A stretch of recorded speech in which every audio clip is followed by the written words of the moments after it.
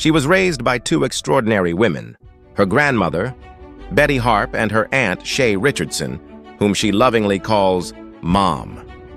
They became her anchor, her guidance, and her greatest cheerleaders. Sha'Carri often says, "Without my grandmother, there would be no Sha'Carri Richardson." Sha'Carri Richardson just revealed the women who shaped her fire and turned her into a force. Their voices pushed her, lifted her, and made her unstoppable. Her story hits hard and pulls you in fast. Before we dive in, make sure to hit that like button, drop a comment with your thoughts, and subscribe so you never miss another inspiring story like this one. Sha'Carri Richardson has become one of the biggest names in track and field, an Olympic medalist who's captured the world's attention not just with her incredible speed, but with her unapologetic personality and vibrant presence. But behind every great athlete is a story, and Richardson's story is deeply rooted in the strong black women who shaped her into the champion she is today. In a recent appearance on Serena and Venus Williams' podcast called Stockton Street, Richardson pulled back the curtain on her life and revealed something incredibly powerful. She didn't grow up with a traditional family structure. Instead, she was raised by her grandmother, Betty Harp, and her aunt, whom she actually calls her mother. These women became the foundation of everything she would eventually accomplish on the track.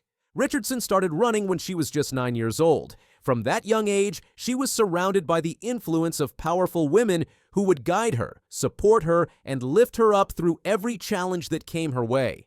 And trust me, there were challenges. Big ones. One of the most devastating moments in Richardson's life came just 1 week before the Tokyo Olympic trials. Her biological mother passed away. Imagine that for a second. You're about to compete on one of the biggest stages of your athletic career, and you lose your mother. The pain, the grief, the emotional weight of that moment could have broken anyone. But Richardson had something that kept her going. She had the women in her life who had always been there, who knew how to hold her up when she couldn't stand on her own. Their presence during that incredibly difficult time helped her survive. It wasn't just about getting through the trials or pushing through the pain. It was about finding stability and purpose again when everything felt like it was falling apart. The love from her grandmother, her aunt, and the other strong women in her circle brought her back to a place where she could breathe, where she could remember why she ran in the first place. During the podcast with the Williams sisters, Richardson got real about what these women mean to her. And when she spoke, you could feel the emotion, the gratitude, and the deep respect she has for them. She said, "I definitely feel there's strong energy in the presence of women in my life, especially strong black women. From my grandmother, to my aunt, to my mom, even to even teachers, coaches that I had, I feel like we are a big, just inspiration to me when it comes to even the strength I know I can have, like the power I know I can have. But well, it's just like nurturing." Let that sink in for a moment. Richardson isn't just talking about physical strength or athletic power. She's talking about something deeper. She's talking about the combination of power and nurturing that these women provided. It's not one or the other. It's both. The strength to push through anything, combined with the nurturing that reminds you that you're loved, that you're valued, that you matter beyond your accomplishments. She continued, "I think life was a big thing receiving from just the black women and the black women. The feminine energy I received was the power and the nurturing as well. Together, that kind of feeds me to do things that I do today." Richardson has always been vocal about her pride in being an African-American woman. She doesn't shy away from it. She embraces it fully. For her, this identity isn't separate from her athletic success. It's woven into every fiber of who she is. The strength she carries on the track and off the track is directly tied to her identity, to the legacy of strong black women who came before her, and to the women who raised her with both power and tenderness. Think about what that means in the context of track and field, a sport where black women have historically dominated while often not receiving the recognition or resources they deserve. Richardson stands on the shoulders of pioneers, and she knows it. She feels it, and she's determined to honor that legacy. Speaking of honoring legacies, Richardson isn't just focused on her own success. She's thinking bigger. In a conversation with World Athletics, she made it clear that she wants to elevate track and field as the world moves toward the 2028 Olympics. She's not content with just being fast. She wants to help grow the sport, make it more visible, more celebrated, and more accessible. She wants the next generation of young girls, especially young black girls, to see themselves in her and know that they too can be unstoppable. And she's backing up that vision with results. At the World Athletics Championships 2025, Richardson won gold in the 4x100-meter relay, further cementing her place among the world's best sprinters. This wasn't just another medal. This was a statement, a reminder that despite the setbacks, despite the personal tragedy, despite everything she's been through, she's still here, still competing at the highest level, and still winning. But here's what makes this story even more powerful.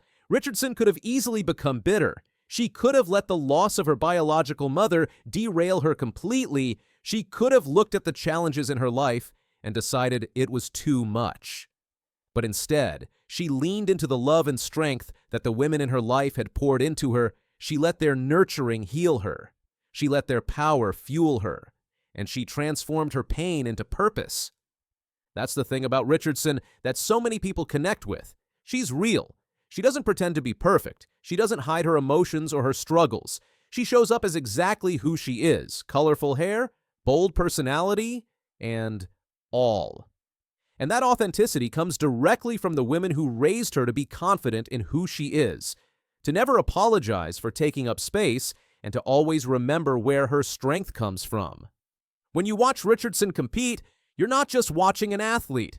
You're watching the embodiment of Betty Harp's wisdom, her aunt's love, and the collective strength of every woman who believed in her. You're watching someone who understands that being unstoppable isn't about never falling down. It's about having people who will help you get back up every single time. Richardson's journey from a 9-year-old girl just starting to run to an Olympic medalist and gold medal winner at the World Athletics Championships is a testament to the power of community, family, and the unique strength that comes from being raised by strong women. These women didn't just teach her how to run fast. They taught her how to be resilient, how to find her power, how to nurture herself and others, and how to carry herself with pride and purpose. As she looks ahead to 2028 and beyond, Richardson carries with her not just her own dreams, but the dreams of her grandmother, her aunt, her mother, and every woman who poured into her life. She runs for them. She wins for them. And in doing so, she's showing the world what's possible when strong women invest in the next generation. That's what makes Sha'Carri Richardson truly unstoppable. He's done it again! A year later, rewriting the world record again! Few athletes in history have changed a sport the way Usain Bolt did. The Jamaican sprinter didn't just win races, he redefined what the world thought was humanly possible. Years after hanging up his spikes, his name still stands as the ultimate benchmark of speed, power, and charisma. Usain Bolt, born on August 21, 1986 in Trelawney, Jamaica, is more than an athlete. He's a global icon whose name redefines speed itself. He isn't just a record holder or a gold medalist.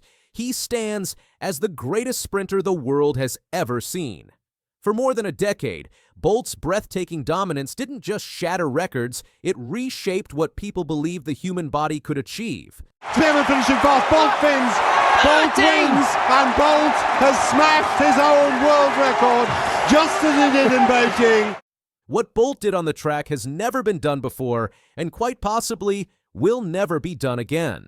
He holds the world records in the 100 meters at 9.58 seconds and the 200 meters at 19.19 seconds, both set in 2009, a year that cemented his status as the fastest man in history. No one has come within 0.12 seconds of either record since his retirement in 2017.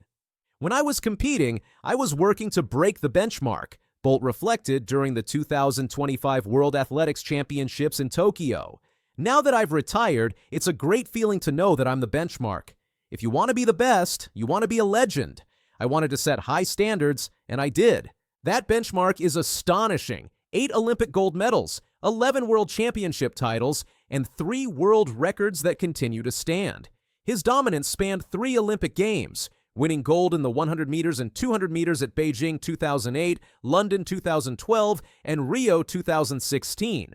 His electrifying performances and charismatic celebrations turned him into a global icon. But Bolt wasn't just fast. He brought fun back to the sport. His signature lightning bolt pose, infectious grin, and showmanship made him a fan favorite around the world. He didn't just win, he entertained. "It's the personality," Bolt said. "A lot of people, they try to be fun, but it comes off different. It's just having a good time. I try to engage with fans, and that's why they gravitated to it." Bolt's talent was evident early. At just 15, he won the 200 meters at the 2002 World Junior Championships, becoming the youngest ever male World Junior Champion. By 17, he had already broken the 20-second barrier in the 200 meters. Despite early setbacks, including a hamstring injury at the 2004 Olympics, Bolt persevered.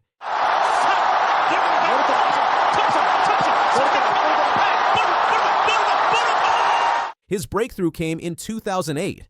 That year, Bolt stunned the world at the Beijing Olympics, winning the 100 meters in 9.69 seconds, the 200 meters in 19.30 seconds, and leading Jamaica to a 4 by 100-meter relay gold in 37.10 seconds. All three performances set world records at the time.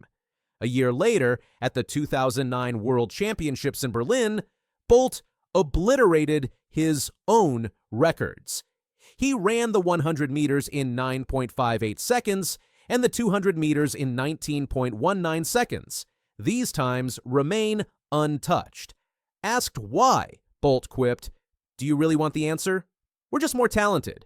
You can't run faster just with brand new spikes. Indeed, even as technology advances, with carbon-plated super spikes and faster tracks, Bolt's records endure. Beyond numbers, Bolt's presence was unmatched. The Olympics, a stage in need of stars, found its savior in the lanky Jamaican with the megawatt smile. He filled stadiums, drew TV ratings, and brought the world together in shared awe. At his peak, he was more than an athlete. He was a phenomenon. Oblique Seville, the 2025 100-meter world champion, recently acknowledged Bolt's enduring influence. "Since my father passed away, Usain Bolt's my motivator," he said. "Even for the new generation, Bolt remains the standard." Since retiring, Bolt has embraced a quieter life. Now 39, he admits that simple tasks like walking upstairs leave him winded. "I'm not a fan, but I think now that I've been out for a while, I have to actually start running," he joked. Following an Achilles rupture during a 2024 charity soccer match, his workouts shifted to mostly gym-based routines. His daily schedule revolves around family. He and his longtime partner, Kazi Bennett, have 3 children, daughter Olympia Lightning and twin sons St. Leo and Thunder. "Normally, I wake up just in time to see the kids off to school," Bolt shared. "If I have nothing to do, I just chill out. I might work out sometimes if I'm in a good mood." When not traveling or attending events, Bolt indulges in hobbies like building Lego sets and watching movies. "I spend some time with the kids, hang out until they start annoying me, then I leave," he laughed. Despite stepping away from sprinting, he remains active in business ventures and enjoys his role as a global ambassador. His short-lived stint with the Central Coast Mariners in Australian soccer was a highlight of his post-track career. "I really enjoy just being in a team," he said. Though brief, it was a reminder that Bolt's competitive fire hadn't dimmed. Looking ahead, Bolt is excited to return to Beijing in 2027 with his children. This is where it all happened. He said, referring to the 2008 Olympics, "I've shown my kids videos and stuff like that. They'll be 6 and 7, and they'll kind of understand the moment, and I can explain to them what their dad has done."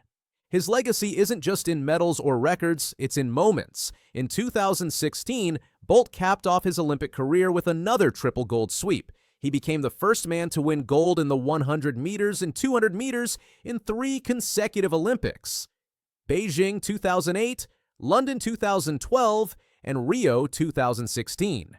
At the 2017 World Championships, his final race ended not with gold, but with a bronze in the 100 meters and a heartbreaking hamstring injury in the 4x100 relay. Still, the crowd stood in ovation. They weren't just applauding a performance, they were honoring a legacy. "I think I'm busier now," Bolt told People in 2025. "The sports life is over, so I'm now moving into different businesses. I have a lot of things in the pipeline. I'm just dabbling in everything and trying to be a businessman now." Bolt's journey from a cricket-loving kid in rural Jamaica to the greatest sprinter ever is one of vision, determination, and unmatched talent. He changed the sport forever, setting a standard that continues to inspire. In the grand tapestry of athletics history, many names shine. But Bolt's is etched in gold, not just for his speed, but for his spirit, for proving beyond doubt that greatness is not just about what you do, but how you do it. What makes Bolt's story so unique isn't just his speed or the medals, it's how he made sprinting cool again. Before him, the 100 meters was just another event. After him, it became a global phenomenon. TV ratings surged. Kids across the world wanted to be sprinters. He didn't just elevate himself, he elevated the entire sport. There's also the mental side. Bolt's confidence was legendary, but it was never arrogance. He believed in his preparation and trusted his process. In interviews, he spoke as someone who respected his rivals, but he never doubted that he could beat them. That mental strength is what separated him from others, just as much as his stride. Even long after his spikes have been hung up, Bolt's story continues to resonate. His journey serves as a beacon for aspiring athletes who dream big. Coaches still use his form, focus, and fearlessness as teaching points. The sport still waits for another lightning bolt, but knows there may never be one. From the rural tracks of Sherwood content to the world's grandest stadiums, Bolt showed us what belief looks like in motion. Whether it was outpacing elite runners, igniting stadiums with joy, or redefining the limits of human speed, he ran not just for victory, but for legacy.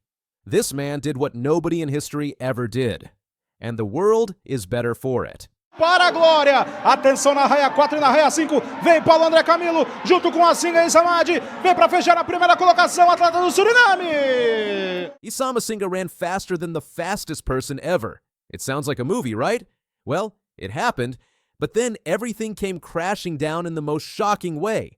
For years and years, we've watched two giants rule the sprint world, Usain Bolt and Noah Lyles. Bolt is the king, a true legend. He has so many gold medals from the biggest races, like the Olympics and the World Championships. He had a legendary career. The number everyone knows is his 100-meter world record, 9.58 seconds. That's a time he set way back in 2009 at the World Athletics Championships. Start from Bolt.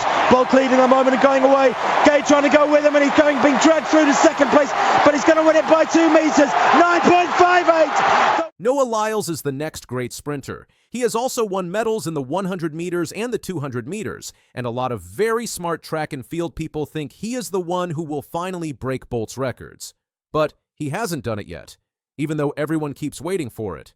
But here's the wild part of the story. There is one major speed record Bolt does not hold. It's the record for the fastest time ever run by a younger athlete, someone under 20 years old. This is the U-2100-meter world record. That record belonged to a teenage star named Issam Asinga. In 2023, he ran the 100 meters in an unbelievable 9.89 seconds. That is the time that was faster than any U-20 time Bolt ever ran. That's why this story is such a huge deal. Issam Asinga ran faster than Usain Bolt. But he was just a kid, and now, that amazing time, that record, has been stripped away from him because of a doping violation. This is the story of how a sprinter faster than Usain Bolt and Noah Lyles was stripped of his world record. Issam Asinga was a real fast-rising star. But right after his huge race, a dark cloud appeared. Let's look closely at the dates. Asinga had to take a drug test. It was an out-of-competition test, meaning it happened when he wasn't even at a race. The specific date was July 18th, 2023. When the test results came back, they found a bad substance in his body. They found metabolites of GW1516, which means they found parts of the drug. They found GW1516 sulfone and GW1516 sulfoxide. Now, what is this substance? It's called GW1516. It is known to change how the body uses fat for energy. It helps you burn fat and gives you a lot more endurance. It's classified as a hormone and metabolic modulator. The crazy thing is, the drug was created to help people, but it failed medical trials because when they gave it to animals like rodents in tests, it was found to cause cancer. It is on the WADA prohibited list. the list of drugs that athletes are never allowed to use. 10 days after that positive test, on July 28, 2023, Asinga ran his record-breaking time of 9.89 seconds at the South American Athletics Championships in São Paulo, Brazil. He not only broke the U20 world record, but also became the first runner from South America to run under 9.9 seconds. He also won the 200 meters at that same championship.